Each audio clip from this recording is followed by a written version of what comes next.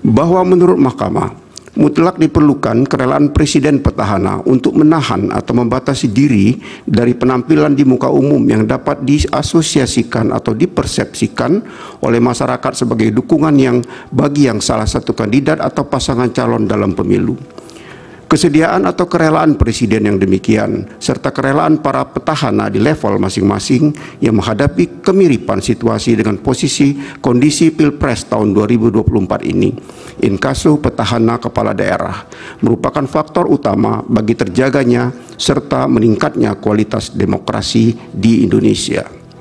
Bahwa namun kerelaan adalah wilayah moralitas, etis, ataupun fatsun, sehingga posisi yang berlawanan dengannya, yaitu ketidakrelaan, tentunya tidak dapat dikenai sanksi hukum kecuali apabila wilayah kerelaan demikian telah berlebih dahulu dikonstruksikan sebagai norma hukum larangan oleh pembentuk undang-undang.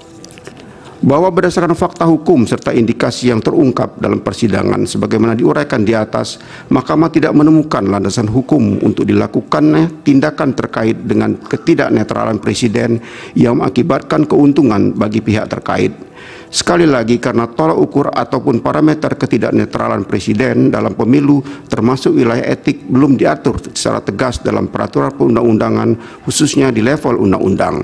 Apalagi Undang-Undang Dasar 1945 dengan tegas menyatakan bahwa hak untuk tidak dituntut atas dasar hukum yang berlaku surut adalah hak asasi manusia yang tidak dapat dikurangi dalam keadaan apapun. Vide pasal 281 ayat 1 Undang-Undang Dasar 1945. Bahwa terlepas dari anutan asas legalitas demikian, Mahkamah menegaskan perlu perubahan paradigma mengenai netralitas kekuasaan eksekutif demi mewujudkan pemilihan umum yang jujur dan adil sebagaimana amanat pasal 22E ayat 1 Undang-Undang Dasar 1945. Pasal 22E ayat 1 AKUO dengan tegas menyatakan bahwa pemilu dilaksanakan berdasarkan azas langsung, umum, bebas, rahasia, jujur, dan adil. Tentunya perubahan paradigma demikian harus dilakukan melalui perubahan atas undang-undang mengenai kepemiluan. Sebagaimana telah tersinggung dalam pertimbangan hukum sebelumnya, termasuk dalam hal ini berkenaan dengan pemilu yang memenuhi azas jujur dan adil. Bahwa setelah Mahkamah mencermati fakta hukum mengenai latar belakang program Bansos yang merupakan dalam persidangan terutama dari dalil permohonan, pemohon serta keterangan menteri-menteri yang dipanggil Mahkamah menemukan indikasi ketiadaan antisipasi presiden dan dampak kunjungan dan pembagian Bansos terhadap fairness pemilu presiden dan wakil presiden tahun 2024. Setidaknya, dari keterangan lisan 4 menteri dalam persidangan, Mahkamah tidak mendapatkan keyakinan akan bukti adanya maksud atau intensi dari presiden terkait dengan penyaluran bansos yang dilakukan oleh presiden dengan tujuan untuk menguntungkan pasangan calon presiden dan wakil presiden nomor urut 2. Oleh karena itu, menurut Mahkamah, tindakan presiden belum dapat dikategorikan sebagai pelanggaran terhadap hukum positif. Terlebih, dalam persidangan Mahkamah tidak menemukan bukti-bukti yang meyakinkan Mahkamah adanya korelasi dan hubungan kausalitas antara penyaluran bansos dengan pilihan pemilih. Namun demikian, penting bagi Mahkamah untuk menegaskan dalam rangka perbaikan tata kelola penyaluran bansos ke depan, khususnya penyaluran bansos yang berdekatan dengan penyelenggaraan pemilu, perlu diatur secara jelas menyangkut tata cara penyaluran, baik waktu, tempat, maupun pihak-pihak yang dapat menyalurkannya, sehingga tidak ditenggarai sebagai tindakan yang dapat dimaknai sebagai bantuan bagi kepentingan elektoral tertentu. Bahwa klaim bahwa bansos dan tindakan lainnya yang semacam charity tidak selayaknya diklaim sebagai bantuan personal karena sebagaimanapun pendanaan bansos dan bantuan presiden lain atau menurut keterangan Menteri Keuangan bersumber dari dana operasional presiden, bersumber dari APBN yang tidak lain dan tidak bukan adalah kekayaan milik seluruh rakyat Indonesia. Sementara presiden sebagai kepala pemerintahan adalah orang yang dipercaya masyarakat untuk mengelola APBN, sehingga sama sekali tidak ada kepentingan pribadi atas APBN maupun keseluruhan kekayaan negara yang tidak tercatat dalam APBN. Bahwa akan tetapi apabila Mahkamah tidak memberikan catatan khusus terhadap klaim sepihak atas penggunaan bansos oleh pemerintah, yang sekali lagi bansos sebenarnya bukan pelanggaran hukum, Mahkamah mengkhawatirkan praktik demikian akan menjadi presiden lantas diikuti oleh para petahana atau pejabat publik pengelola APBD dalam penghelatan pilkada kelak. Bahwa pemberian dukungan dari seseorang kepada keluarganya inkasu dukungan politik adalah hak konstitusional yang dilindungi oleh setidaknya pasal 28E ayat 2 Undang-Undang Dasar 1945. Akan tetapi, hak tersebut termasuk hak asasi manusia yang dikurangi dengan undang-undang. Dalam situasi tertentu, Undang-Undang Dasar 1945 memberikan pembatasan justru agar kebebasan pemenuhan hak konstitusional tersebut tidak membentur, merugikan, atau menjadi sumber nestapa bagi pemenuhan hak konstitusional orang lain. PD pasal 28J ayat 1 dan ayat 2 Undang-Undang Dasar 1945.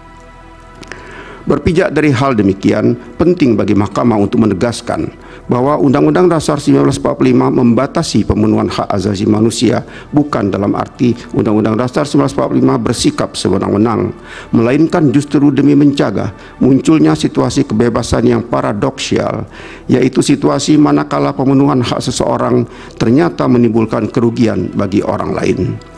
Bahwa berdasarkan pertimbangan tersebut, Mahkamah berpendapat bahwa pembentukan norma yang mengatur pembatasan-pembatasan atas penggunaan dan atau pengkaitan antara program pemerintah atau negara dengan kepentingan pribadi, terutama dalam kaitannya dengan kontestasi pemilu maupun kepentingan elektoral lainnya, merupakan kewenangan dari pembentuk undang-undang VD antara lain pasal 20 ayat 1 dan ayat 2 Undang-Undang Dasar 1945 yang norma hukum demikian perlu segera dibentuk sebelum pelaksanaan pemilu berikutnya termasuk pemilihan kepala daerah.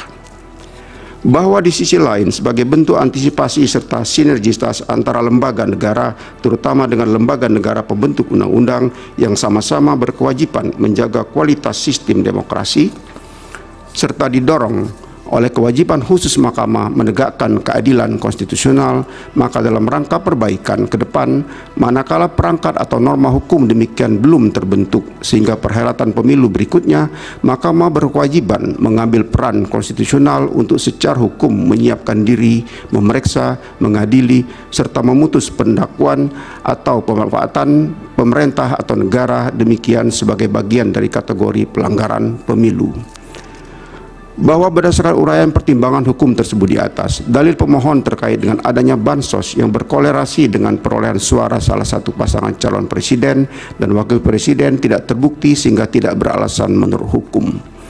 Menimbang bahwa selanjutnya pemohon mendalilkan telah terjadi pengangkatan pejabat kepala daerah yang masif sebagai implementasi pelaksanaan pemilihan kepala daerah serentak tahun 2024 yang penunjukannya tidak memenuhi indikator sebagaimana termaksud ditentukan dalam putusan Mahkamah Konstitusi nomor 55 tahun 2019 dan nomor 67 tahun 2021 yang seterusnya dianggap telah diucapkan.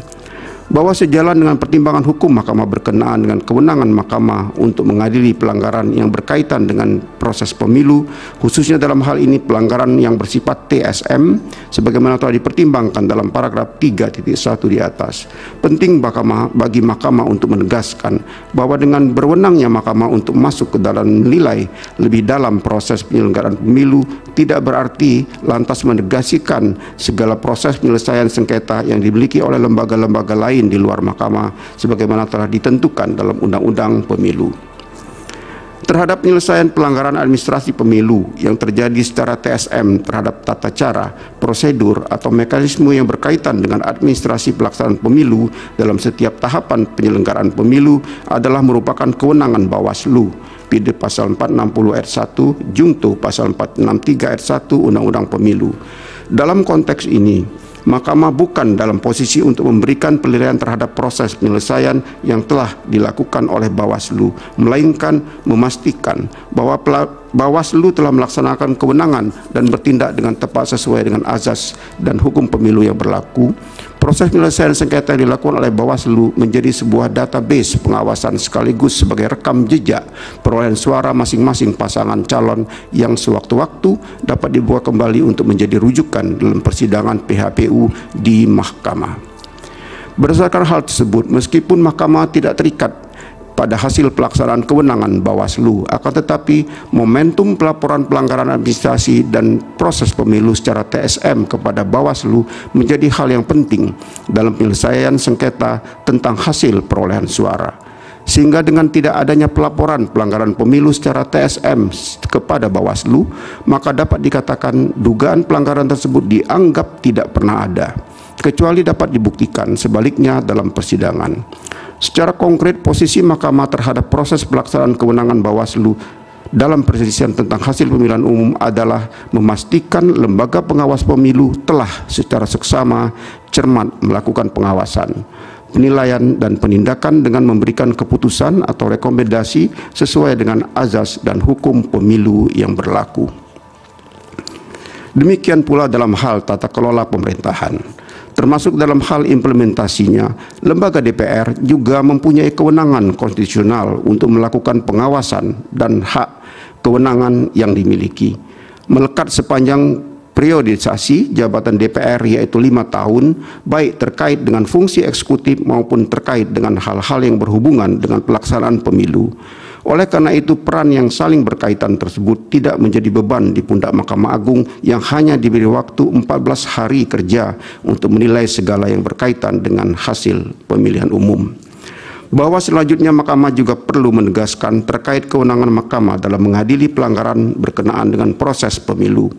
Khususnya dalam hal ini, pelanggaran yang bersifat TSM adalah mengenai keterkaitan dan keterpenuhan masing-masing unsur pelanggaran pemilu yang bersifat TSM.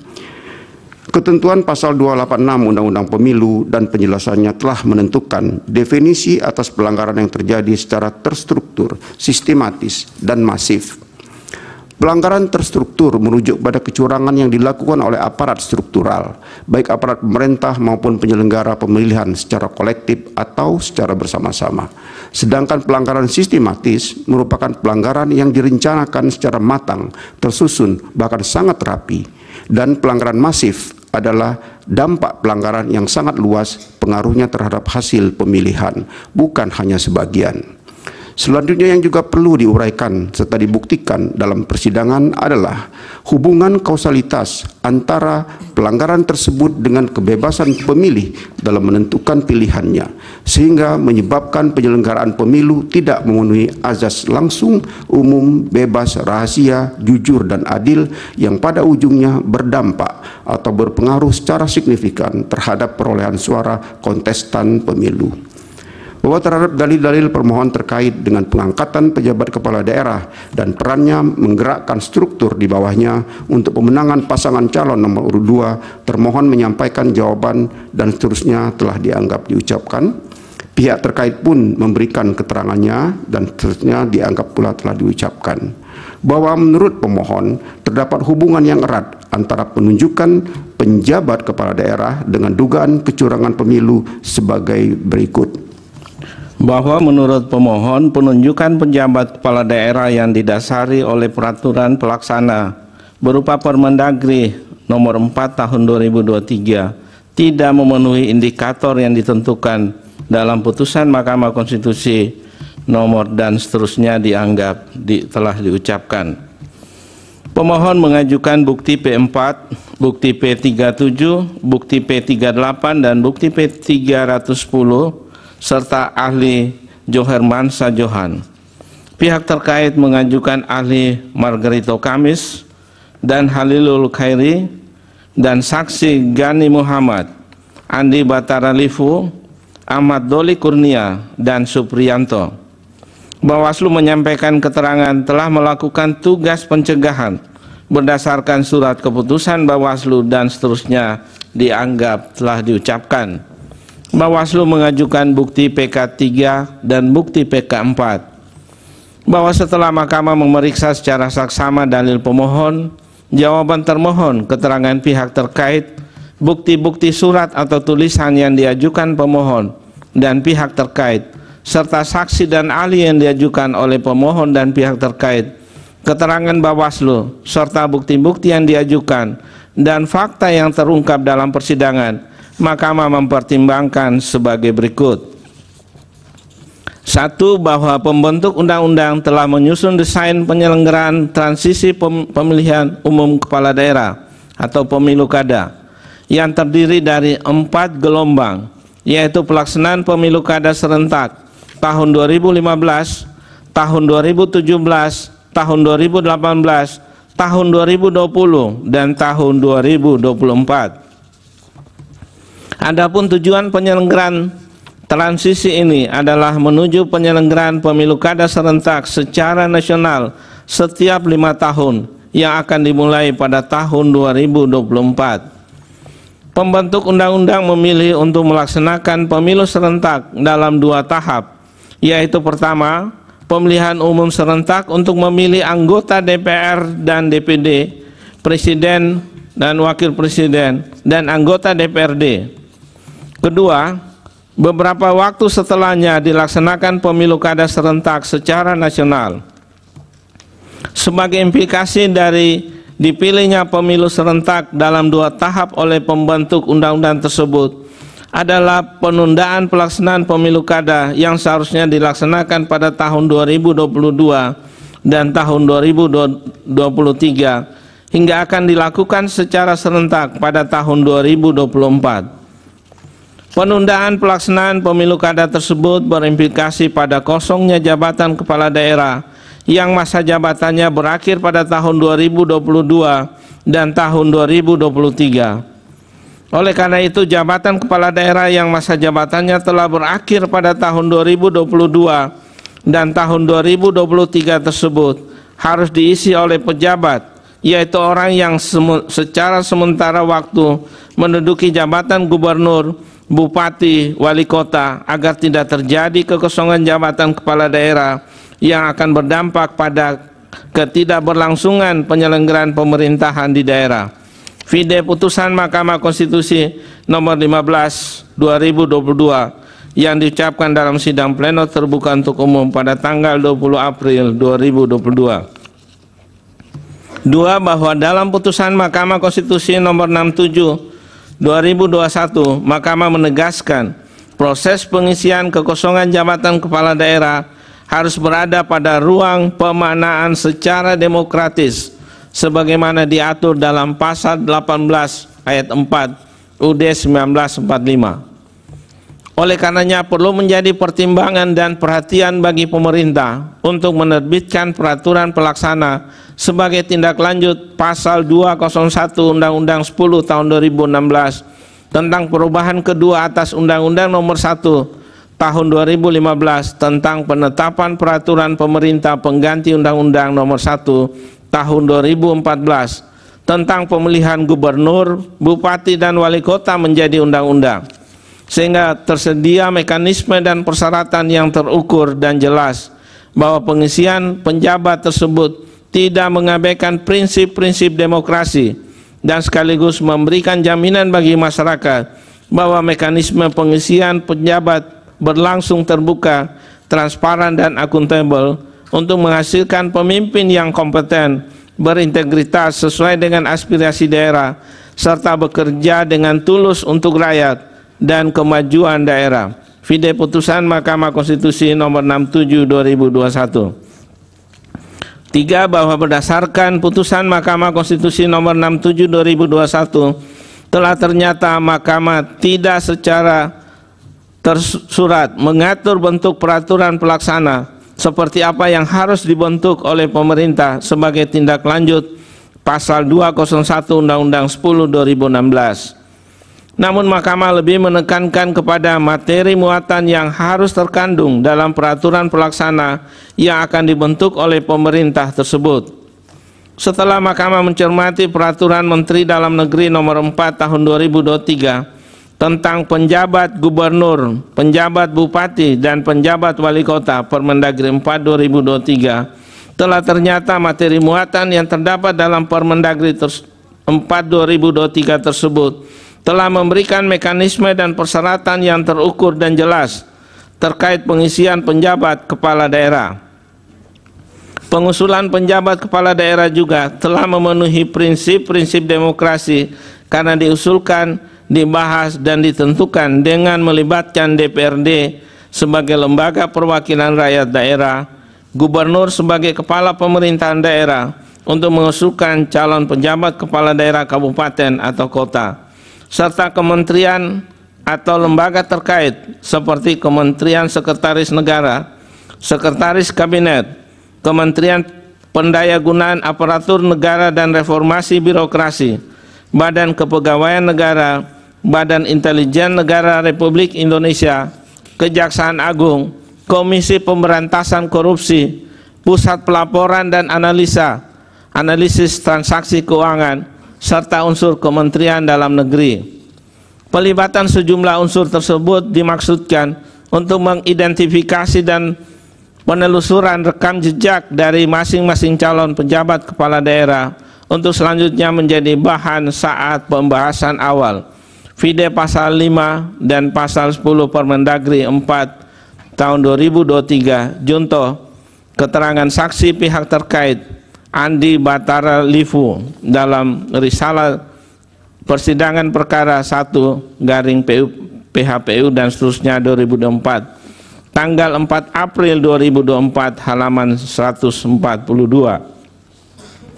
Selanjutnya, Permendagri 4 2023 pun telah mengatur secara rinci terkait dengan tugas, wewenang, kewajiban, larangan, serta hak keuangan dan hak protokoler bagi pejabat kepala daerah yang secara umum adalah sama yang diberikan kepada kepala daerah definitif, termasuk telah pula memberikan aturan terkait sanksi administrasi bagi pejabat kepala daerah yang melakukan pelanggaran, serta pengaturan terkait pembinaan, pengawasan, serta evaluasi terhadap pejabat kepala daerah. Dengan demikian, jika dalam implementasi pengisian jabatan pejabat kepala daerah yang menjadi kewenangan eksekutif atau presiden, terdapat indikasi adanya pelanggaran sebagaimana yang dimaksud dalam pendirian Mahkamah Konstitusi, Undang-Undang Pemilu dan Permendagri 4 2023, maka pemohon seharusnya sudah mempersoalkan hal akuo kepada lembaga pengawas. Dalam hal ini di samping kepada penyelenggara pemilu, juga termasuk kepada Dewan Perwakilan Rakyat, agar secara proaktif menggunakan hak-hak serta kewenangan yang dimilikinya untuk mencegah agar hal tersebut tidak terjadi ataupun memberikan punishment tertentu, bukan mempersoalkan pada saat dianggap ada hubungannya dengan hasil perselisihan pemilihan umum atau PHPU, pemilu presiden dan wakil presiden tahun 2024 sebagaimana didalilkan pemohon akuo. Selain itu, terhadap hal dalil pemohon akuo, Mahkamah tidak menemukan fakta hukum adanya keberatan pejabat kepala daerah yang diangkat berpotensi akan memobilisasi pemilih sehingga akan memengaruhi perolehan suara pasangan calon presiden dan wakil presiden nomor urut 2. Terlebih lagi, proses penunjukan pejabat kepala daerah sudah sesuai dengan ketentuan peraturan perundang-undangan yang berlaku, sebagaimana fakta hukum dalam persidangan yang dijelaskan oleh saksi dari Kementerian Dalam Negeri dan DPR. Di samping hal tersebut merupakan bentuk implementasi norma yang menjadi ranah pelaksanaan tugas pemerintahan, bahwa berdasarkan uraian pertimbangan hukum tersebut di atas, dalil pemohon akuo adalah tidak beralasan menurut hukum. Bahwa pemohon mendalilkan pejabat Gubernur Kalimantan Barat Harrison Asroy terbukti tidak netral dengan menghimbau warga untuk memilih presiden yang mendukung pembangunan Ibu Kota Nusantara atau IKN dan seterusnya dianggap telah diucapkan. Pemohon mengajukan bukti P39 dan bukti P40. Bawaslu menyampaikan keterangan dan seterusnya dianggap diucapkan, serta mengajukan bukti PK75 sampai dengan bukti PK78. Bahwa setelah mahkamah memeriksa secara saksama dalil pemohon, jawaban termohon, keterangan pihak terkait, bukti-bukti surat atau tulisan yang diajukan pemohon, dan keterangan Bawaslu serta bukti-bukti yang diajukan, mahkamah mempertimbangkan dugaan pelanggaran pemilu yang dilakukan oleh pejabat Gubernur Kalimantan Barat Harrison Asroy telah ditindaklanjuti oleh Bawaslu sesuai dengan kewenangannya, termasuk juga telah dibahas dalam sentra Gakumdu yang juga telah melibatkan unsur kepolisian dan kejaksaan. Bawaslu juga telah meneruskan hasil temuannya kepada KASN yang ditindaklanjuti sesuai dengan peraturan perundang-undangan yang berlaku, sebagaimana bukti PK 75 sampai dengan bukti PK 78. Dengan demikian, menurut Mahkamah, berkenaan dengan dalil akuo, Bawaslu telah melaksanakan tugas dan kewenangannya dalam melakukan pengawasan penyelenggaraan pemilu, khususnya terkait dengan netralitas ASN, sehingga tidak relevan lagi dengan dalil untuk memilih presiden yang mendukung pembangunan IKN. Bahwa berdasarkan uraian pertimbangan hukum tersebut di atas, dalil pemohon akuo adalah tidak beralasan menurut hukum. Bahwa pemohon mendalilkan pejabat Gubernur Bali Sang Made Mahendra Jaya memerintahkan melakukan pencopotan baliho pasangan calon nomor urut 3 Ganjar Mahfud dan seterusnya dianggap telah diucapkan. Pemohon mengajukan bukti P41, Bawaslu menyampaikan keterangan dan seterusnya dianggap diucapkan. Bawaslu mengajukan bukti PK82 bahwa setelah Mahkamah memeriksa secara saksama dalil pemohon, jawaban termohon, keterangan pihak terkait, bukti surat atau tulisan yang diajukan pemohon, dan keterangan Bawaslu beserta bukti-bukti yang diajukan, Mahkamah mempertimbangkan dugaan pelanggaran pemilu yang dilakukan oleh pejabat Gubernur Bali Sang Made Mahendra Jaya telah ditindaklanjuti oleh Bawaslu sesuai dengan tugas, kewenangan, dan kewajibannya. Adapun menurut Mahkamah, tindakan penurunan baliho maupun bendera partai politik selama kunjungan presiden lebih bersifat insidentil untuk mengantisipasi kehadirannya, bukan menjadi bagian dari representasi salah satu partai politik, dan bukan pula menunjukkan keberpihakan presiden kepada salah satu partai politik maupun peserta pemilu.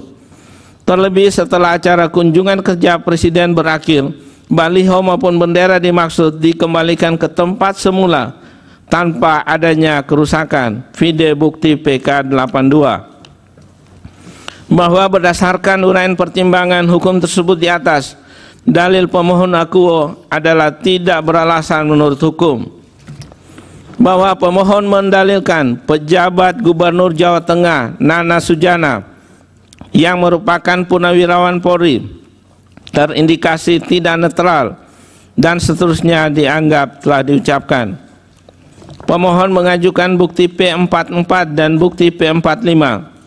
Bawaslu menyampaikan keterangan berdasarkan hasil pengawasan dan seterusnya dianggap telah diucapkan. Bawaslu mengajukan bukti PK76 dan bukti PK79 sampai dengan bukti PK81 serta saksi Nurholik. Bahwa setelah Mahkamah memeriksa secara saksama dalil pemohon, jawaban termohon, keterangan pihak terkait, bukti-bukti surat atau tulisan yang diajukan pemohon, dan keterangan Bawaslu beserta bukti-bukti yang diajukan, Mahkamah mempertimbangkan dugaan pelanggaran pemilu yang dilakukan oleh pejabat Gubernur Jawa Tengah atas nama Nana Sujana telah ditindaklanjuti oleh Bawaslu sesuai dengan tugas, kewenangan, dan kewajibannya. Berdasarkan hasil pengawasan Bawaslu, menurut Mahkamah, tindakan pejabat Gubernur Jawa Tengah yang memberikan sambutan kedatangan terhadap Prabowo Subianto sebagai Menteri Pertahanan tidak dapat dibuktikan sebagai bentuk pelanggaran kampanye pemilu karena tidak memenuhi unsur niat untuk menguntungkan atau merugikan salah satu peserta pemilu. Namun tindakan tersebut lebih merupakan suatu kebiasaan atau penghormatan yang dilakukan oleh pemerintah daerah kepada setiap pejabat negara yang datang ke daerahnya, yang juga sudah umum dilakukan oleh penjabat maupun kepala daerah lainnya. Sebagaimana bukti Bawaslu PK76, bukti PK79 sampai dengan bukti PK81 serta saksi Nurholik. berdasarkan uraian pertimbangan hukum tersebut di atas, dalil pemohon akuo adalah tidak beralasan menurut hukum. Bahwa pemohon mendalilkan terdapat kepala dinas di Sumatera Utara yang memerintahkan para guru untuk memenangkan pasangan calon nomor urut 2 dan seterusnya dianggap diucapkan. Pemohon mengajukan bukti P51 dan saksi Mislani Suci Rahayu. Bawaslu menyampaikan keterangan berdasarkan hasil pengawasan dan seterusnya dianggap diucapkan. Bawaslu mengajukan bukti PK 83 sampai dengan bukti PK 85. Bahwa setelah mahkamah memeriksa secara saksama dalil pemohon, jawaban termohon, keterangan pihak terkait, bukti-bukti surat, tulisan, serta saksi yang diajukan pemohon dan keterangan Bawaslu beserta bukti-bukti yang diajukan dan fakta yang terungkap dalam persidangan, mahkamah mempertimbangkan bahwa dugaan pelanggaran pemilu yang dilakukan oleh Kepala Bidang Pembinaan SMP Dinas Pendidikan dan Kebudayaan Kota Medan dan Sekretaris Persatuan Guru Republik Indonesia PGRI Kota Medan telah ditindaklanjuti oleh Bawaslu sesuai dengan tugas, kewenangan, dan kewajibannya. Berdasarkan ketentuan pasal 283 ayat 1 dan ayat 2 Undang-Undang 7 2017, pasal 9 ayat 2 Undang-Undang nomor 20 tahun 2023 tentang ASN, Undang-Undang ASN, dan Peraturan Komisi Pemilihan Umum nomor 15 tahun 2023 tentang kampanye pemilihan umum atau PKPU 15/2023, menurut Mahkamah, tindak lanjut dugaan pelanggaran pemilu tersebut telah tepat direkomendasikan sebagai dugaan pelanggaran peraturan perundang-undangan lain yang diteruskan kepada instansi yang berwenang, dalam hal ini adalah KASN. Meskipun demikian, diperlukan adanya laporan tindak lanjut dan dari instansi pelaksana rekomendasi Bawaslu tersebut untuk melaporkan tindakan apa yang telah diberikan ke ASN ataupun pejabat yang melakukan pelanggaran pemilu tersebut, yang juga harus dibatasi oleh rentang waktu pemberian saksi hukuman dimaksud. Bahwa berdasarkan uraian pertimbangan hukum tersebut di atas, dalil pemohon akuo adalah tidak beralasan menurut hukum. Bahwa pemohon mendalilkan terdapat pengerahan aparatur negara untuk mendukung pasangan calon nomor urut 2 dalam forum pra-rapat koordinasi kepala desa yang dilakukan oleh Sekretaris Daerah Kabupaten Bogor dan seterusnya dianggap diucapkan. Pemohon mengajukan bukti P51 dan bukti P318. Bawaslu menyampaikan keterangan pada pokoknya menyatakan Bawaslu Kabupaten Bogor telah mengeluarkan imbauan netralitas dan seterusnya dianggap diucapkan. Bawaslu mengajukan bukti PK 86 sampai dengan bukti PK 91 serta saksi Zaki M. Zamzam. Bahwa setelah mahkamah memeriksa secara saksama dalil pemohon, jawaban termohon, keterangan pihak terkait, bukti-bukti surat tulisan yang diajukan pemohon dan keterangan Bawaslu beserta bukti-bukti dan saksi yang diajukan serta fakta hukum yang terungkap dalam persidangan, mahkamah mempertimbangkan bahwa bukti yang diajukan oleh pemohon tidak cukup untuk membuktikan adanya dukungan terhadap pasangan calon nomor urut 2 yang terjadi dalam kegiatan forum pra-rapat koordinasi kepala desa yang dilakukan oleh Sekretaris Daerah Kabupaten Bogor. Terlebih lagi, tidak cukup terdapat laporan maupun temuan dugaan pelanggaran pemilu dari Bawaslu terhadap kegiatan tersebut. Dengan demikian, mahkamah tidak dapat menilai lebih lanjut atas peristiwa yang didalilkan oleh pemohon. Berdasarkan uraian pertimbangan hukum di atas, dalil pemohon akuo adalah tidak beralasan menurut hukum. Bahwa terungkap fakta dalam persidangan, terdapat pejabat wali kota Bekasi berfoto bersama dengan menggunakan jersey, bertuliskan nomor punggung 2 dan seterusnya dianggap diucapkan. Pemohon mengajukan bukti P311-311, pihak terkait mengajukan bukti PT50A sampai dengan bukti PT50G, serta ahli Raden Gani Muhammad. Bawaslu tidak menyampaikan keterangan, namun mengajukan saksi Zaki M. Zamzam. bahwa setelah Mahkamah memeriksa secara saksama dalil pemohon, jawaban termohon, keterangan pihak terkait, bukti-bukti surat tulisan yang diajukan pemohon dan pihak terkait serta saksi pihak terkait dan fakta hukum yang terungkap dalam persidangan, Mahkamah mempertimbangkan bahwa saksi pihak terkait Raden Gani Muhammad yang merupakan penjabat Wali Kota Bekasi sebagaimana didalilkan oleh pemohon dalam persidangan Mahkamah Konstitusi pada tanggal 4 April 2024 telah menjelaskan bahwa saksi telah dipanggil dan diperiksa oleh Bawaslu Kota Bekasi terkait dengan peristiwa penggunaan jersey tersebut bersama dengan beberapa camat dan beberapa pejabat eselon 2. Hasil pemeriksaan Bawaslu Kota Bekasi tersebut menyimpulkan tidak ditemukan pelanggaran. Selanjutnya terdapat banding pada Bawaslu Provinsi yang hasilnya terdapat pelanggaran terhadap peraturan perundang-undangan lain dan direkomendasikan kepada KSN Vide Risalah Sidang Perkara nomor 1/2024 bertanggal 4 April 2024 halaman 173. Terhadap pernyataan saksi tersebut, menurut Mahkamah, Bawaslu telah melaksanakan tugas, kewenangan, dan kewajibannya terkait dengan pencegahan dan penindakan pelanggaran pemilu, khususnya atas kejadian yang dipersoalkan oleh pemohon aku. Meskipun demikian, perlu adanya laporan tindak lanjut dari instansi pelaksana rekomendasi Bawaslu tersebut untuk melaporkan tindakan apa yang telah diberikan kepada ASN ataupun penjabat yang melakukan pelanggaran pemilu tersebut yang juga dibatasi oleh rentang waktu pemberian saksi dimaksud. Bahwa berdasarkan uraian pertimbangan hukum di atas, dalil pemohon aku adalah tidak beralasan menurut hukum.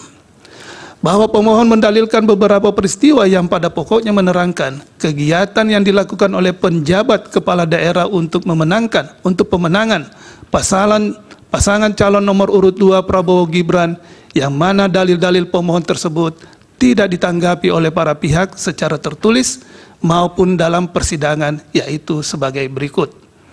Penjabat Gubernur Jawa Barat B. Mahmudin yang pernah menduduki jabatan Kepala Biro Kesekretariatan Presiden di tahun 2016 dan Deputi Kesekretariatan Presiden pada tahun 2021 terbukti tidak netral dengan mengajak untuk memilih pasangan calon nomor urut 2 Prabowo Gibran. Terdapat penjabat kepala daerah yang mengintervensi pihak pemerintah daerah atau Pemda setempat untuk mencabut izin kampanye pasangan calon nomor urut 1 pemohon di beberapa wilayah seperti Pemda Bekasi, Pemda Ciamis, Pemkot Tasikmalaya, Pemda Kota Bandung, Pemprov Aceh, dan Pemprov Nusa Tenggara Barat atau NTB. Beberapa pejabat kepala daerah mendapat instruksi langsung Mensesnek Pratikno maupun perintah petinggi Kemendagri agar mengerahkan anak buahnya untuk memilih dan memenangkan pasangan calon nomor urut 2 serta tegak lurus dengan Presiden Jokowi. 5 pejabat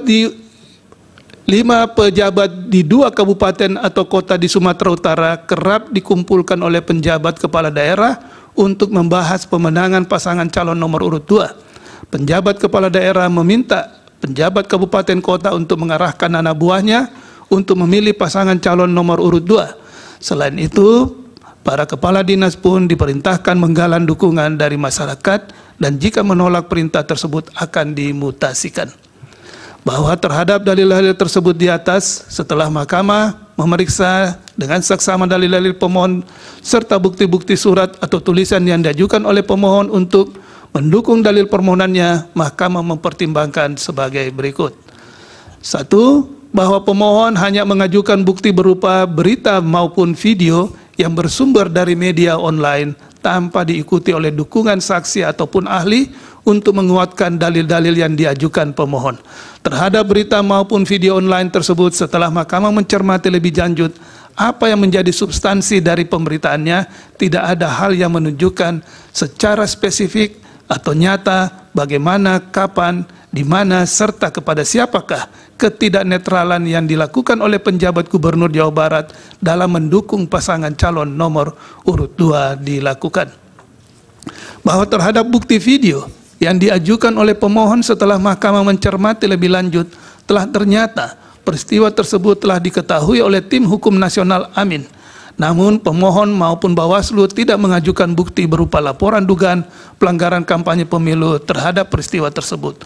Oleh karena itu, menurut Mahkamah, pemohon tidak menggunakan haknya untuk mengajukan laporan dugaan pelanggaran pemilu pada tahapan kampanye pemilu. Bahwa terhadap dalil pemohon pada subparagraf 316.10.3 dan subparagraf 316.10.4 yang hanya mendasarkan kepada bukti artikel online suatu media massa nasional, Mahkamah tidak dapat menemukan siapakah pelaku, kapan, di mana, serta kepada siapa saja perintah atau ajakan untuk mendukung pasangan calon nomor urut 2 tersebut dilakukan. Dengan demikian, menurut Mahkamah, bukti demikian tidak meyakinkan kebenaran dalil pemohon. Bahwa berdasarkan pertimbangan hukum di atas, dalil pemohon aku adalah tidak beralasan menurut hukum. Menimbang bahwa pemohon mendalilkan terdapat keterlibatan aparat negara pada pemilu tahun 2024, padahal Undang-Undang Pemilu telah secara tegas melarang pelibatan aparat negara dalam pemilu dan seterusnya dianggap diucapkan. Termohon menyampaikan jawaban yang pada pokoknya dalil pemohon bukan menjadi ruang lingkup termohon untuk menangkalnya dan seterusnya dianggap diucapkan. Pihak terkait memberikan keterangan yang pada pokoknya membantah dalil pemohon aku dan seterusnya dianggap diucapkan. Bahwa Presiden Joko Widodo melakukan pembiaran beberapa anggota Menteri Kabinet dan pejabat negara lain untuk terlibat aktif dalam kampanye pasangan calon nomor urut 2 sebagai berikut. Menteri Perdagangan mengkampanyekan anak buahnya pada pemilu legislatif, dalam kunjungan kerja ke Pasar Klender, Jakarta Timur, dan seterusnya dianggap diucapkan. Pemohon mengajukan bukti P54, Bawaslu menyampaikan keterangan yang pada pokoknya, dan seterusnya dianggap diucapkan. Bawaslu mengajukan bukti PK92, bukti PK100, dan bukti PK101. Bahwa setelah Mahkamah memeriksa secara saksama dalil pemohon, jawaban termohon, keterangan pihak terkait, bukti-bukti surat tulisan yang diajukan pemohon, dan keterangan Bawaslu beserta bukti-bukti yang diajukan, Mahkamah mempertimbangkan dugaan pelanggaran pemilu yang dilakukan oleh Menteri Perdagangan, Zulkifli Hasan, telah ditindaklanjuti oleh Bawaslu sesuai dengan tugas, kewenangan, dan kewajibannya. Adapun Bawaslu tidak dapat menindaklanjuti laporan atau temuan terhadap peristiwa tersebut disebabkan tidak adanya pengaturan terkait dengan kegiatan yang dapat dikategorikan sebagai kampanye dan dilakukan sebelum masa kampanye dimulai. Dalam hal ini, pengaturan yang terdapat dalam Undang-Undang Pemilu maupun PKPU tidak memberikan pengaturan lebih lanjut terhadap segala bentuk tindakan dan kegiatan yang memberikan dukungan kepada peserta pemilu sebelum dan sesudah masa kampanye. Bahwa berdasarkan pertimbangan di atas dan sebagaimana telah dipertimbangkan dalam pertimbangan hukum sebelumnya, kekosongan hukum demikian menjadi perhatian serius untuk pelaksanaan pemilu ke depan, termasuk pemilu kada yang akan datang. Dengan demikian, menurut Mahkamah, dalil pemohon aku adalah tidak beralasan menurut hukum. Menteri Perdagangan Zulkifli Hasan mengeluarkan candaan terkait bacaan dan gerakan sholat yang dikaitkan dengan kontestasi pemilu presiden dan wakil presiden tahun 2024 pada pertemuan dengan Asosiasi Pedagang Pasar Seluruh Indonesia (APSI) di Semarang dan seterusnya dianggap dibacakan. Pemohon mengajukan bukti P27 sampai dengan bukti P29 serta saksi Mirza Zulkarnain dan Anis Prijo Ansari. Bawaslu menyampaikan keterangan dan seterusnya dianggap diucapkan.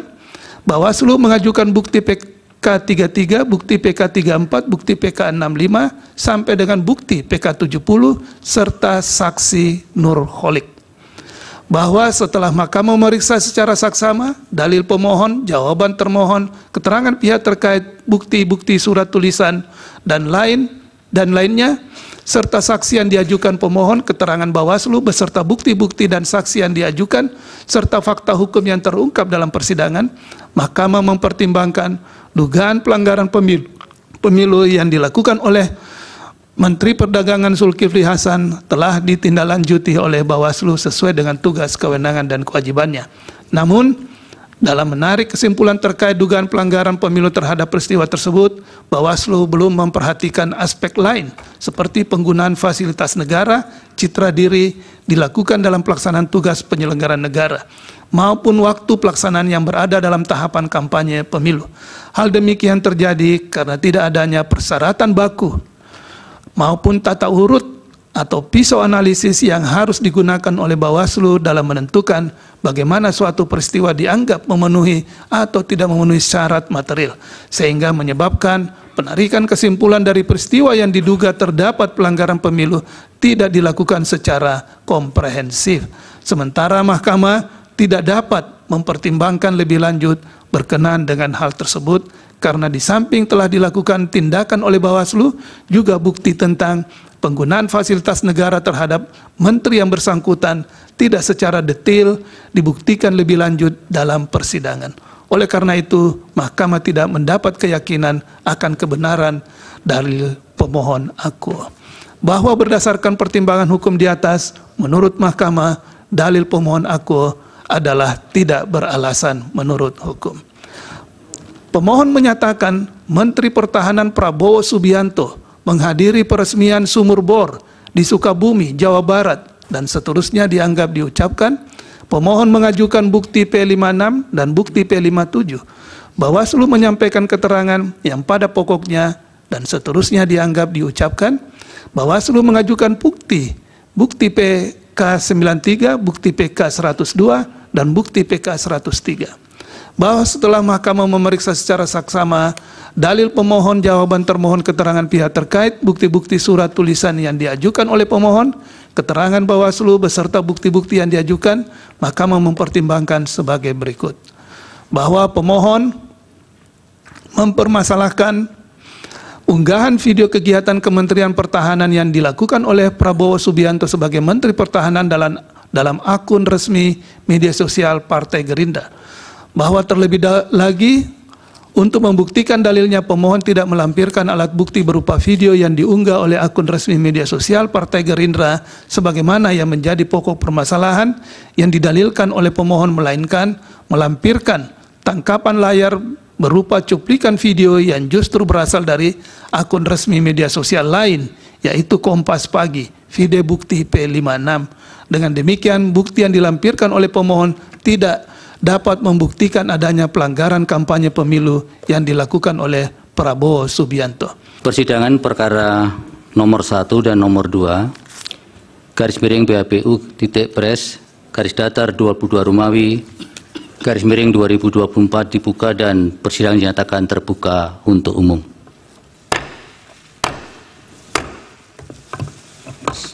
Selamat pagi, Assalamualaikum warahmatullahi wabarakatuh.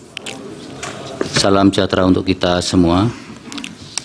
Diperkenalkan yang hadir untuk pemohon nomor 1. Baik, terima kasih Yang Mulia. Mohon izin kami memperkenalkan saat ini alhamdulillah hadir langsung pemohon Bapak Anies Rashid Baswedan, SH MBP PhD. Hadir juga Dr. Honoris Causa Dr. Andes Haji Muhaimin Iskandar, MSI. Kapten kami yang membanggakan Marskal Madia Purnawirawan M. Sogi SS MM. Dari kuasa hukum hadir Dr. Herman Kadir SH MHum, Dr. Haji Bambang Wijayanto SH MSc, Dr. Refli Harun SH MH LLM, Sugito SH MH, Zaid Musafi SH MH, Dr. Ahmad Yani SH MH, Ahmad Wakil Kamal SH MH, Zainuddin Baru SH MH, Anang Zubaidi SH MH, Yanca Aswin SH, dan saya sendiri Ari Yusuf Amir. Terima kasih Yang Mulia. Baik, terima kasih Pak Ari. Dari pemohon 2 silakan Pak. Terima kasih Yang Mulia. Kami juga hadir full tim Yang Mulia. Saya ingin mulai memperkenalkan prinsipal yang hadir pada kesempatan ini. Di sebelah kiri saya Haji Ganjar Pranowo SH. Kemudian Profesor Dr. Haji Muhammad Mahfud ya, SH. Dari tim kuasa hukum yang mulia hadir Saudara Dr. Magdir Ismail, kemudian Profesor Dr. Henry Yosodiningrat, SH, kemudian Dr. T.M. Lutfi Yazid, kemudian Saudara Ahmad Yulianto Nurmansah, SH, kemudian Dr. Vincentius Mendrova, SH, lantas Dr. Muhammad Rashid Ridho, kemudian Dr. Duke Arif, 9 Ignatius Andi, Sarjana Hukum, 10 Anissa Ismail BA, LLM, 11 Damian Agatha Juvens, 12 Tamas Satria Langkun, dan saya sendiri Todung Mulia Lubis. Terima kasih Yang Mulia. Baik, terima kasih Pak Mulia. Dari termohon silakan. Terima kasih Yang Mulia. Prinsipal langsung hadir Ketua KPU dan beliau akan memperkenalkan anggota KPU lainnya. Majelis yang kami hormati, anggota KPU hadir Saudara Muhammad Afifuddin, Saudara Idam Kholik, Saudara Agus Melas, Saudara BT Epsilon Idrus, Saudara Parsada Harahap, dan saya sendiri Hasyim Asyari. Terima kasih. Kuasa hukum yang hadir Yang Mulia, Muhammad Ruliandi, Imam Munandar, Edo Irmansyah, Wildan Sukoya, dan saya sendiri Hifdil Alim Yang Mulia. Terima kasih. Baik, terima kasih. Dari pihak terkait silakan. Terima kasih Yang Mulia. Dari pihak terkait yang hadir pada kesempatan ini adalah Profesor Dr. Oto Hasibuan di sebelah kanan saya, Dr. Fahri Bahmid di sebelah kanan saya, kemudian Saudara Maulana Bungaran, SHMH, kemudian Profesor Dr. Otto Cornelis Kaligis, kemudian Dr. Hotman Paris Hutapea, Dr. Nikolai Aprilindo, Ahmad Maulana SHMH, Dr. Mehbub SHMH Cian, Pransin Yustasia SHMH,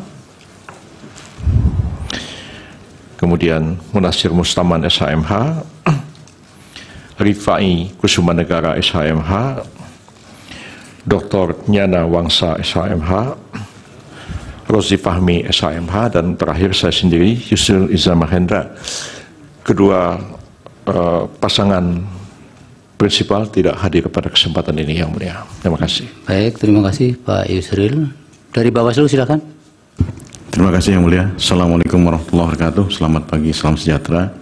Yang hadir dari Bawaslu, seluruh komisioner, Ibu Loli Sohenti, Bapak Toto Haryono, Pak Puadi, Pak Herwin, kemudian dari staf sekretariat, Pak Labayoni, Agung, Kurniawan, Syaugi, Arif, Ayatullah, Geno, dan Andi. Saya sendiri Rahmat Bagja Yang Mulia. Baik, terima kasih. Pak Rahmat, terima kasih. Baik, saudara-saudara para pihak, agenda persidangan pada pagi hari ini adalah untuk pengucapan putusan, baik perkara nomor 1 maupun nomor 2. Oleh karena itu kami ingatkan kepada semua, mohon pengucapan putusan dihormati dengan tidak menyampaikan interupsi selama persidangan ini. Kemudian yang kedua, Majelis Hakim hanya akan membacakan atau mengucapkan putusan pada bagian pokok-pokoknya saja. Selebihnya dianggap diucapkan, dan hal yang tidak diucapkan maupun tidak dibacakan dianggap satu kesatuan yang tidak terpisahkan dengan putusan yang diucapkan atau dibacakan ini. Baik, terima kasih. Kami akan langsung membacakan putusan yang nomor 1 terlebih dahulu. Bismillahirrahmanirrahim. Putusan nomor 1 garis miring BHPU garis miring diulang. Nomor 1 garis miring BHPU titik pres garis datar 22 Romawi garis miring 2024. Demi keadilan berdasarkan ketuhanan yang Maha Esa. Mahkamah Konstitusi Republik Indonesia yang mengadili perkara konstitusi pada tingkat pertama dan terakhir menjatuhkan putusan dalam perkara perselisihan hasil pemilihan umum Presiden dan Wakil Presiden tahun 2024 yang diajukan oleh satu nama Haji Anies Rashid Baswedan PhD, alamat Jalan Lebak Bulus 2 Romawi dalam nomor 42 RT 006 RW 004 Cilandak Barat, Cilandak, Jakarta Selatan. Dua nama Dr. Haunis Kausa H.A. Muhaimin Iskandar, alamat Jalan Kemang Raya nomor 129 RT 003 RW 002 Bangka Mampang Perapatan, Jakarta Selatan. Pasangan calon presiden dan wakil presiden dalam pemilihan umum presiden dan wakil presiden tahun 2024 nomor urut 1. Dalam hal ini berdasarkan surat kuasa khusus nomor 13 dan seterusnya 2024 dianggap dibacakan bertanggal 21 Maret 2024 memberi kuasa kepada Dr. Ari Yusuf Amir SH MH dan kawan-kawan kesemuanya adalah advokat yang tergabung pada Tim Hukum Nasional Anies Baswedan dan Muhaimin Iskandar atau Tim Hukum Nasional Amin yang beralamat di Yusuf Bolding, beralamat di Mampang Square Tower A Unit 42 lantai 4 Jalan Mampang Perapatan nomor 88 Jakarta Selatan dari daerah khusus Ibu Kota Jakarta, baik bersama-sama atau sendiri-sendiri bertindak untuk dan atas nama pemberi kuasa. Selanjutnya disebut sebagai pemohon. Terhadap 1. Komisi Pemilihan Umum berkedudukan di Jalan Imam Bonjol nomor 29 Menteng, Jakarta Pusat. Dalam hal ini berdasarkan surat kuasa khusus nomor 44 dan seterusnya dianggap dibacakan tahun 2024 bertanggal 26 Maret 2024 memberi kuasa kepada Muhammad Afifuddin STHI MSI dan kawan-kawan yang kesemuanya adalah anggota Komisi Pemilihan Umum dan pegawai pada Komisi Pemilihan Umum Republik Indonesia serta advokat atau konsultan hukum pada kantor hukum Perma Hikon berkedudukan hukum di Jalan Imam Bonjol nomor 29 Menteng, Jakarta Pusat, baik sendiri-sendiri maupun bersama-sama bertindak untuk dan atas nama pemberi kuasa. Selanjutnya disebut sebagai termohon. 21. Nama Prabowo Subianto, alamat Kampung Gombong RT 003 RW 009 Desa atau Kelurahan Bojong Kuning, Kecamatan Babakan, Madang, Kabupaten Bogor, Jawa Barat.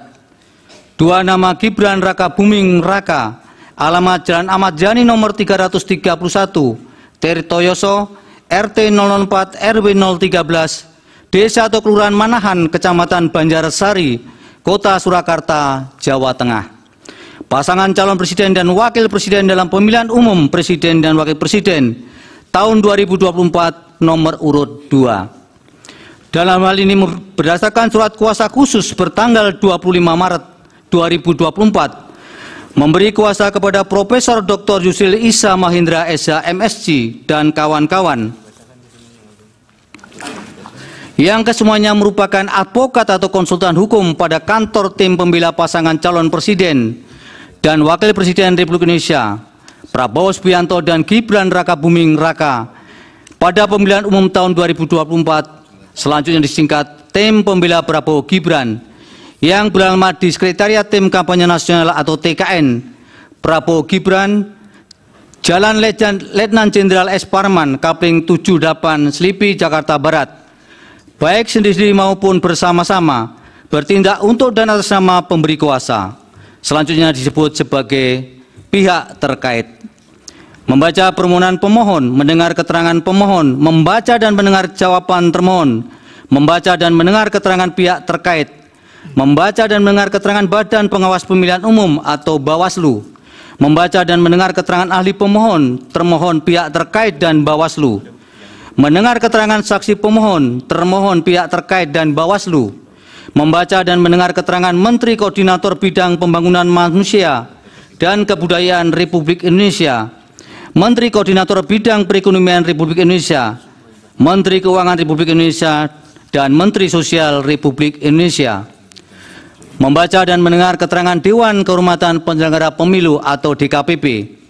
membaca kesimpulan pemohon, termohon, pihak terkait, dan Bawaslu, membaca keterangan amicus curiae dari petisi Brawijaya, Barisan Kebenaran untuk Demokrasi, Tim Pembela Demokrasi Indonesia PTDI, dan Pergerakan Advokat Nusantara atau Perkat Nusantara, Aliansi Akademisi dan Masyarakat Sipil, Tonggak Persatuan Gerakan Umum Nusantara atau TOPGAN, Pusat Kajian Hukum dan Keadilan Center for Law and Social Justice, Fakultas Hukum Universitas Gadjah Mada, Panji R. Hadinoto, M. Busro Mukodas, dan kawan-kawan, Dewan Mahasiswa Justisia Fakultas Hukum Universitas Gadjah Mada, Badan Eksekutif Mahasiswa Fakultas Hukum Universitas Pajajaran, Badan Eksekutif Mahasiswa Fakultas Hukum Universitas Diponegoro, dan Badan Eksekutif Mahasiswa Fakultas Hukum Universitas Erlangga, Megawati Soekarno Putri, dan Hasto Kristianto, Forum Advokat Muda Indonesia atau PAMI, Yayasan Advokasi Hak Konstitusional Indonesia atau YAKIN, Aliansi Penegak Demokrasi Indonesia atau ABDI, Stefanus Hendrianto, serta Komunitas Cinta Pemilu Jujur Adil atau KCP Jurdil. Memeriksa alat bukti pemohon, termohon, pihak terkait, dan Badan Pengawas Pemilihan Umum, duduk perkara dan seterusnya dianggap dibacakan. Pertimbangan hukum, kewenangan Mahkamah dalam eksepsi. Menimbang bahwa termohon dan pihak terkait mengajukan eksepsi berkenaan dengan kewenangan Mahkamah, selanjutnya dianggap diucapkan bahwa terhadap eksepsi termohon dan eksepsi pihak terkait tersebut, Mahkamah mempertimbangkan sebagai berikut. Secara konstitusional, norma pasal 22E ayat 6 Undang-Undang Dasar 1945 menyatakan, ketentuan lebih lanjut tentang pemilihan umum diatur dengan undang-undang. Sesuai dengan perintah pasal 22E ayat 6 Undang-Undang Dasar 1945 dimaksud, kontestasi pemilu 2024 diatur dengan Undang-Undang Nomor 7 Tahun 2017 tentang pemilihan umum sebagaimana telah diubah dengan Undang-Undang Nomor 7 Tahun 2023 tentang penetapan peraturan pemerintah pengganti Undang-Undang Nomor 1 Tahun 2022 tentang perubahan atas Undang-Undang Nomor 7 Tahun 2017 tentang pemilihan umum menjadi Undang-Undang Lembaran Negara Indonesia, Lembaran Negara Republik Indonesia tahun 2023 Nomor 54, tambahan Lembaran Negara Republik Indonesia Nomor 6832, selanjutnya disebut Undang-Undang Pemilu. Berkenaan dengan persoalan hukum dan sekaligus penegakan hukum pemilu, Undang-Undang Pemilu telah mengelompokkan jenis permasalahan hukum pemilu yang terjadi dalam atau selama proses penyelenggaraan pemilu, mulai dari tahapan pendaftaran peserta pemilu, tahapan pemungutan suara, hingga tahapan penetapan rekapitulasi hasil pemilu menjadi beberapa kategori. Pertama, pelanggaran pemilu yang meliputi pelanggaran kode etik, pelanggaran pemilu, dan pelanggaran administratif pemilu, vide pasal 456 Undang-Undang pasal 456 sampai dengan pasal 465 Undang-Undang Pemilu. Kedua, sengketa proses pemilu yang terbagi atas dua kelompok, yaitu sengketa antar peserta pemilu dan sengketa peserta pemilu dengan penyelenggara pemilu akibat dikeluarkan keputusan KPU Provinsi, dan keputusan KPU Kabupaten Kota, vide pasal 466 Undang Pemilu. Ketiga, tindak pidana pemilu, vide pasal 476 sampai dengan pasal 487 Undang-Undang Pemilu. Keempat, perselisihan hasil pemilu, vide pasal 473 sampai dengan pasal 475 Undang-Undang Pemilu. Sesuai dengan konstruksi normatif dalam Undang-Undang Pemilu sebagaimana telah dikategorikan di atas, penyelesaian permasalahan hukum pemilu di masing-masing kategori diserahkan kepada lembaga yang berbeda.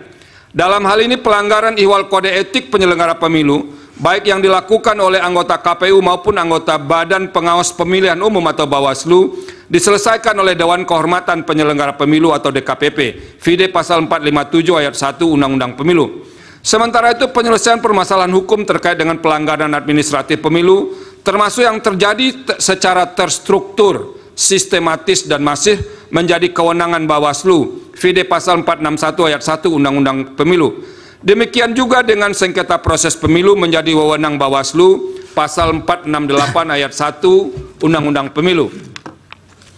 Adapun sengketa proses pemilu yang berkaitan dengan A. verifikasi partai politik peserta pemilu, B. penetapan daftar calon tetap anggota Dewan Perwakilan Rakyat atau DPR, Dewan Perwakilan Daerah atau DPD, Dewan Perwakilan Rakyat Daerah atau DPRD Provinsi dan DPRD Kabupaten Kota, dan C. penetapan pasangan calon presiden dan wakil presiden berada dalam kewenangan Bawaslu. Berkaitan dengan kewenangan tersebut, bila mana tidak menerima putusan Bawaslu, kontestan pemilu dapat mengajukan sengketa proses pemilu ke Pengadilan Tata Usaha Negara atau PT-UN, vide pasal 470 Undang-Undang Pemilu. Selanjutnya terkait dengan penyelesaian tindak pidana pemilu menjadi kewenangan Bawaslu, Kepolisian, dan Kejaksaan Agung yang tergabung dalam Sentra Penegakan Hukum Terpadu atau Gakumdu, vide pasal 486 Undang-Undang Pemilu. Terakhir, penyelesaian perselisihan antara KPU dengan peserta pemilu mengenai penetapan perolehan suara hasil pemilu anggota DPR, DPD, dan DPRD secara nasional dan penetapan perolehan suara hasil pemilu presiden dan wakil presiden menjadi kewenangan Mahkamah Konstitusi, vide pasal 474 dan pasal 475 Undang-Undang Pemilu. Kewenangan konstitusional Mahkamah Konstitusi untuk menyelesaikan perselisihan hasil pemilu pada tingkat pertama dan terakhir yang putusannya bersifat final diatur dalam pasal 24C ayat 1 Undang-Undang Dasar 1945. Selain itu, kewenangan Mahkamah Konstitusi juga diatur dalam Undang-Undang Pemilu sebagaimana disebutkan di atas dan juga berdasarkan pasal 10 ayat 1 huruf D Undang-Undang Nomor 24 Tahun 2003 tentang Mahkamah Konstitusi sebagaimana telah diubah terakhir dengan Undang-Undang Nomor 7 Tahun 2020 tentang perubahan ketiga atas Undang-Undang Nomor 24 Tahun 2003 tentang Mahkamah Konstitusi, Lembaran Negara Republik Indonesia tahun 2020 Nomor 216, tambahan Lembaran Negara Republik Indonesia Nomor 6554, selanjutnya disebut Undang-Undang MK. Dan pasal 29 ayat 1 huruf D Undang-Undang Nomor 48 Tahun 2009 tentang kekuasaan kehakiman, lembaran negara dan seterusnya dianggap dibacakan. Artinya, semua pengaturan tersebut merupakan delegasi dari norma konstitusi in casu pasal 24C ayat 1 Undang-Undang Dasar 1945. Dari ketiga undang-undang di atas, Undang-Undang MK dan Undang-Undang Kekuasaan Kehakiman menggunakan frasa memutus perselisihan tentang hasil pemilihan umum sebagaimana frasa yang termaktub dalam pasal 24C ayat 1 Undang-Undang Dasar 1945. Sementara itu, Undang-Undang Pemilu in casu dalam pemilu presiden dan wakil presiden menggunakan frasa hasil penghitungan suara yang memengaruhi penentuan terpilihnya pasangan calon. Terlepas dari adanya perbedaan tersebut, menurut Mahkamah, kewenangan untuk menyelesaikan perselisihan hasil pemilu presiden dan wakil presiden tidak dapat dilepaskan dari kewajiban konstitusional Mahkamah Konstitusi sebagai peradilan konstitusi yang harus memastikan penyelenggaraan pemilu tidak melanggar azas-azas pemilu yang bersifat langsung, umum, bebas, rahasia, jujur, adil, dan berkala sebagaimana ditentukan dalam pasal 22E ayat 1 Undang-Undang Dasar 1945. Artinya, secara konstitusional, Undang-Undang Dasar 1945 mengandung semangat yang menghendaki penyelenggaraan pemilu yang berkeadilan, demokratis, dan berintegritas. Bahwa salah satu kunci untuk mewujudkan penyelenggaraan pemilu yang berkeadilan, demokratis, dan berintegritas tersebut adalah penegakan hukum pemilu dalam rangka mengukuhkan legitimasi hasil pemilu. Untuk itu, apabila diletakkan dalam konteks kewenangan Mahkamah Konstitusi sebagaimana diatur dalam pasal 24C ayat 1 Undang-Undang Dasar 1945, frasa memutus perselisihan tentang hasil pemilihan umum dimaksud harus dimaknai sebagai upaya mewujudkan pemilu yang berkeadilan, demokratis, dan berintegritas. Artinya, sekalipun Undang-Undang Pemilu telah mendesain begitu rupa penyelesaian masalah pemilu pada masing-masing kategori dan diserahkan kepada lembaga-lembaga yang berbeda, bukan berarti Mahkamah tidak berwenang untuk menilai masalah hukum pemilu yang terkait dengan tahapan pemilu berkenaan dengan penetapan suara sah hasil pemilu. Salah satu dasar untuk membuka kemungkinan tersebut adalah penyelesaian yang dilakukan lembaga-lembaga sebagaimana diuraikan di atas masih mungkin menyisakan ketidaktuntasan, terutama masalah yang potensial mengancam terwujudnya pemilu yang berkeadilan, demokratis, dan berintegritas. Di antara penyebab kerap terjadinya masalah dimaksud adalah singkat atau terbatasnya waktu penyelesaian masalah hukum di masing-masing tahapan,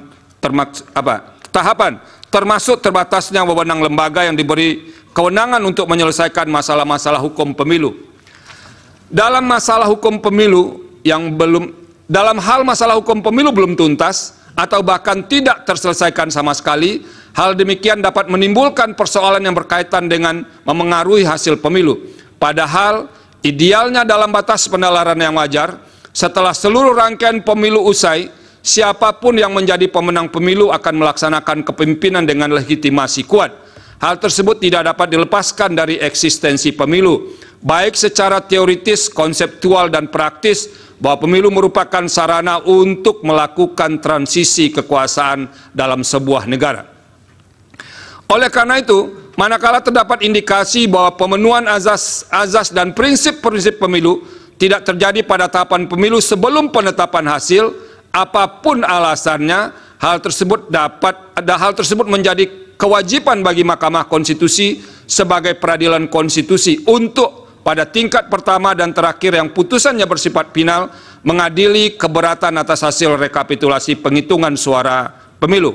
Dengan demikian, Mahkamah tidak memiliki alasan untuk menghindar menghadiri, dengan demikian, Mahkamah tidak memiliki alasan untuk menghindar mengadili masalah hukum pemilu yang berkaitan dengan tahapan pemilu berkenaan dengan penetapan suara sah hasil pemilu, sepanjang hal demikian memang terkait dan berpengaruh terhadap hasil perolehan suara peserta pemilu.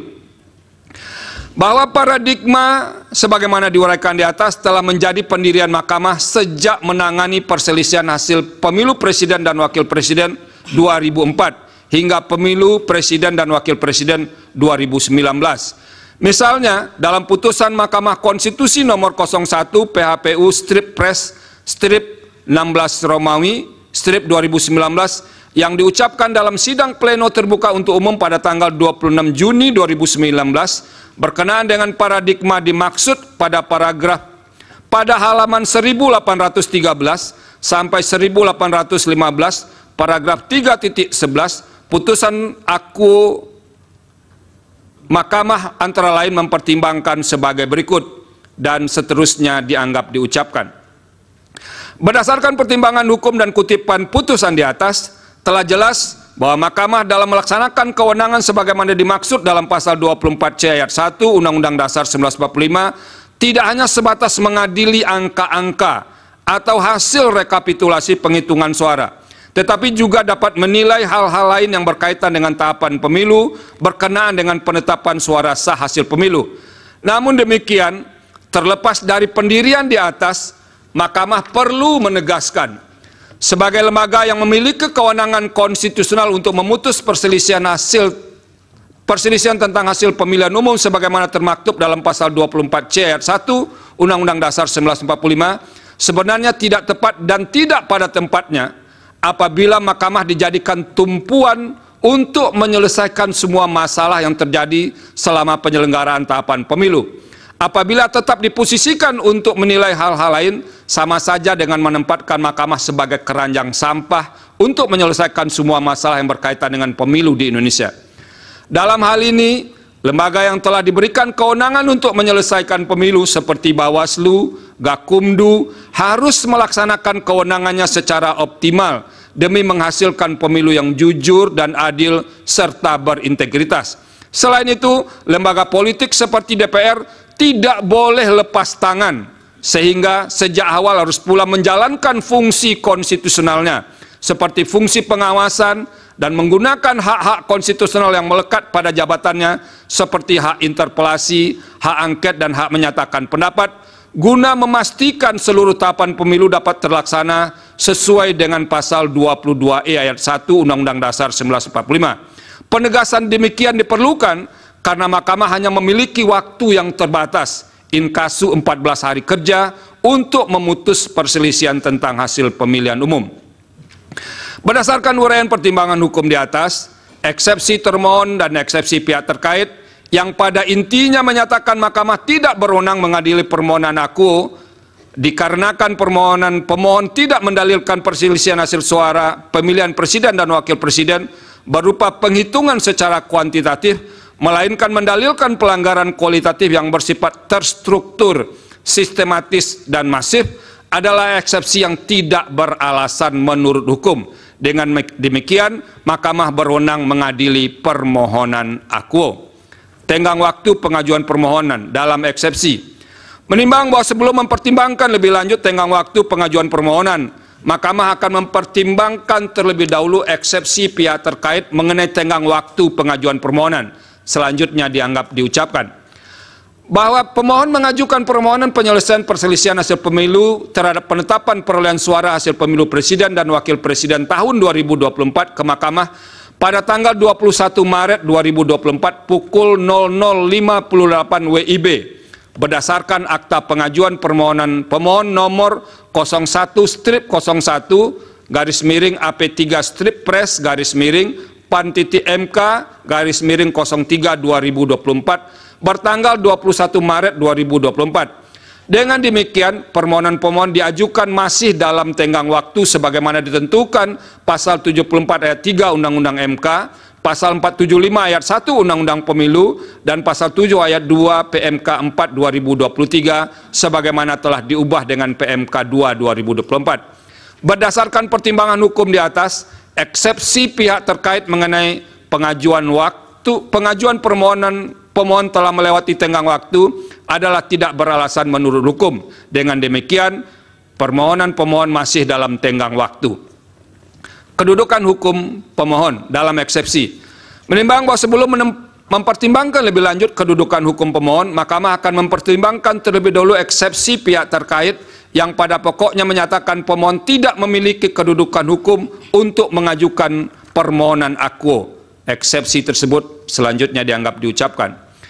Bahwa berdasarkan keputusan Komisi Pemilihan Umum nomor 1632 tahun 2023 tentang penetapan pasangan calon presiden, calon peserta pemilihan umum presiden dan wakil presiden tahun 2024 bertanggal 13 November 2023 dan keputusan Komisi Pemilihan Umum nomor 1644 tahun 2023 tentang penetapan nomor urut pasangan calon peserta pemilihan umum presiden dan wakil presiden tahun 2024 bertanggal 4 November 2023. Pemohon adalah pasangan calon presiden dan wakil presiden peserta pemilu presiden dan wakil presiden tahun 2024 dengan nomor urut 1. Berdasarkan pertimbangan hukum di atas, eksepsi pihak terkait mengenai kedudukan hukum pemohon adalah tidak beralasan menurut hukum. Dengan demikian, pemohon memiliki kedudukan hukum untuk mengajukan permohonan akuo. Menimbang bahwa oleh karena Mahkamah berwenang untuk mengadili permohonan akuo dan permohonan pemohon diajukan masih dalam tenggang waktu yang ditentukan pasal 74 ayat 3 Undang-Undang MK, pasal 475 ayat 1 Undang-Undang Pemilu, dan pasal 7 ayat 2 PMK 4 2023, sebagaimana telah diubah dengan PMK 2 2024, serta pemohon memiliki kedudukan hukum untuk mengajukan permohonan, selanjutnya Mahkamah akan mempertimbangkan eksepsi termohon mengenai pokok permohonan akuo. Dalam eksepsi, menimbang bahwa terhadap permohonan pemohon, termohon mengajukan eksepsi yang pada pokoknya menyatakan format permohonan tidak sesuai dengan pedoman penyusunan permohonan. Eksepsi demikian seterusnya dianggap diucapkan. Menimbang bahwa selanjutnya pemohon mendalilkan nepotisme yang dilakukan oleh pemohon Jokowi dan melahirkan abuse of power yang terkoordinasi melalui Kementerian Negara dan Pemerintah Daerah, Aparat Keamanan dan Kepolisian Negara Republik Indonesia, dan Tentara Nasional Indonesia, aparatur desa, serta organisasi atau asosiasi tingkat nasional dan daerah terhadap dalil pemohon akuo sebelum Mahkamah mempertimbangkan lebih lanjut masing-masing uraian peristiwa atau kejadian yang dijadikan dasar argumentasi oleh pemohon, Mahkamah berpendapat dalil-dalil pemohon akuo adalah tidak beralasan menurut hukum. Berkenaan dengan dalil terkait abuse of power, baik di tingkat pemerintah pusat, pemerintah daerah, dan pemerintah desa yang melibatkan pejabat dan ASN di Kementerian Negara, Kementerian dan pemerintah pusat, pemerintah daerah, aparat keamanan dan Polri dan TNI, aparatur desa serta organisasi atau asosiasi tingkat nasional dan daerah dalam bentuk memberikan dukungan dan keperpihakan dengan tujuan memenangkan pasangan calon nomor 2, Mahkamah tidak memiliki keyakinan adanya pelanggaran pemilu dalam kegiatan dimaksud serta korelasinya dengan perolehan perolehan suara salah satu pasangan calon sehingga Mahkamah tidak mempertimbangkan lebih lanjut. Berdasarkan uraian pertimbangan hukum di atas, Mahkamah berpendapat dalil-dalil pemohon aku adalah tidak beralasan menurut hukum. Berdasarkan uraian pertimbangan hukum tersebut di atas, dalil-dalil pemohon berkenaan dengan nepotisme yang dilakukan oleh Presiden Joko Widodo dan melahirkan abuse of power yang terordinasi dengan tujuan memenangkan pasangan calon nomor 2 dalam satu putaran pada pemerintah pusat dan seterusnya adalah tidak beralasan menurut hukum. Menimbang bahas selanjutnya berkaitan dengan pelanggaran prosedur pemilihan umum. Dalil mengenai siaran pers aku berkaitan dengan siaran pers yang disampaikan oleh Bawaslu. Dalam perspektif ini atau konteks ini, dalil mengenai siaran pers aku bukan merupakan persoalan yang harus dipermasalahkan lagi karena sepenuhnya merupakan tanggung jawab Bawaslu dan sebagian besar telah ditindaklanjuti. Berdasarkan uraian pertimbangan hukum, menurut Mahkamah, dalil-dalil pemohon mengenai adanya pelanggaran prosedur pemilu adalah tidak beralasan menurut hukum untuk seluruhnya. Menimbang bahwa berdasarkan uraian pertimbangan hukum di atas, Mahkamah berpendapat permohonan pemohon tidak beralasan menurut hukum untuk seluruhnya. Menimbang bahwa terhadap dalil-dalil lain serta hal-hal lain tidak dipertimbangkan lebih lanjut karena dinilai tidak terdapat relevansinya. Oleh karena itu, jika masih terdapat fakta hukum dalam persidangan, baik yang didalilkan atau tidak didalilkan oleh pemohon, belum dinilai dan dipertimbangkan, Mahkamah meyakini hal tersebut tidak dapat membuktikan adanya relevansi dengan signifikansi perolehan suara atau hasil yang merupakan prinsip dasar dalam mengungkap persisian hasil tentang pemilihan umum sebagaimana diamanatkan dalam pasal 24C ayat 1 Undang-Undang Dasar 1945. Dengan demikian, putusan yang dijatuhkan Mahkamah aku adalah putusan yang dipandang telah tepat berdasarkan bukti-bukti dan fakta hukum dalam persidangan dan telah memenuhi prinsip-prinsip hukum dan keadilan sebagaimana dimaksud dalam pasal 24 ayat 1 Undang-Undang Dasar 1945. Konklusi, berdasarkan penilaian atas fakta dan hukum sebagaimana diuraikan di atas, Mahkamah berkesimpulan eksepsi termohon dan eksepsi pihak terkait berkenaan dengan kewenangan adalah tidak beralasan menurut hukum. Mahkamah berwenang mengadili permohonan aku. Permohonan diajukan masih dalam tenggang waktu yang ditentukan oleh peraturan perundang-undangan. Pemohon memiliki kedudukan hukum untuk mengajukan permohonan aku. Eksepsi termohon dan eksepsi pihak terkait berkenaan dengan pokok permohonan adalah tidak beralasan menurut hukum. Permohonan pemohon tidak beralasan menurut hukum untuk seluruhnya. Berdasarkan Undang-Undang Dasar Negara Republik Indonesia tahun 1945, Undang-Undang Nomor 24 Tahun 2003 tentang Mahkamah Konstitusi, sebagaimana telah diubah terakhir dengan Undang-Undang Nomor 7 Tahun 2020 dan seterusnya dianggap dibacakan, amar putusan mengadili dalam eksepsi, menolak eksepsi termohon dan eksepsi pihak terkait untuk seluruhnya. Dalam pokok permohonan, menolak permohonan pemohon untuk seluruhnya.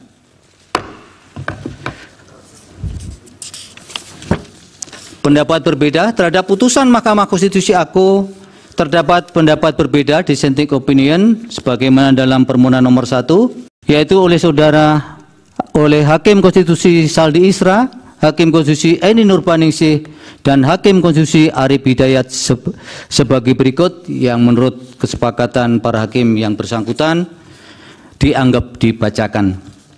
Demikianlah diputus dalam rapat permusyawaratan hakim oleh 8 hakim konstitusi, yaitu Soeharto selaku ketua merangkap anggota, Saldi Isra, Arif Hidayat, Eni Nurbaningsih, Daniel Yusmik Pepoe, M. Guntur Hamzah, Ridwan Mansur, dan Arsul Sani, masing-masing sebagai anggota, pada hari Rabu tanggal 17 bulan April tahun 2024 yang diucapkan dalam sidang pleno Mahkamah Konstitusi terbuka untuk umum pada hari Senin tanggal 22 bulan April tahun 2024 selesai diucapkan pukul 15:11 waktu Indonesia Barat oleh 8 hakim tersebut dengan dibantu Eri Satria Pamungkas, Anak Agung Dian Onita, Radian Primanugraha, Sepri Porkonata Tarigan, Hani Adani, Ria Indriani, Wilma Silalahi, Nur Lydia Stefani Hikmah, Siska Yosepin Sirait, Penny Tripurnamasari,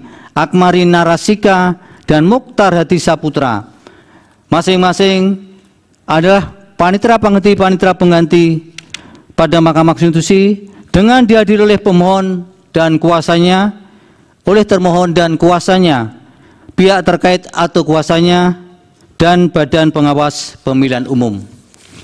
Demikian putusan yang diucapkan oleh Mahkamah pada hari ini untuk perkara nomor 1 dan nomor 2. Untuk salinan putusan akan dikirim oleh Mahkamah setelah putusan ini diucapkan atau selambat-lambatnya 2 hari kerja setelah putusan ini diucapkan.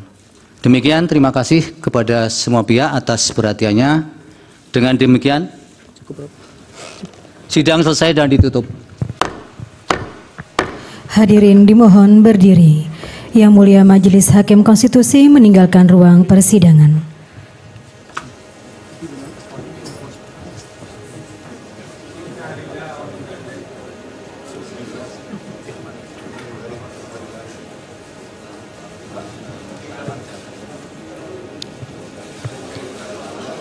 Hadirin disilakan duduk kembali. Hadirin yang kami hormati, demikianlah persidangan hari Senin, tanggal 22 April 2024 untuk perkara nomor 1 dan 2 /PHPU.Pres/22 Romawi/2024.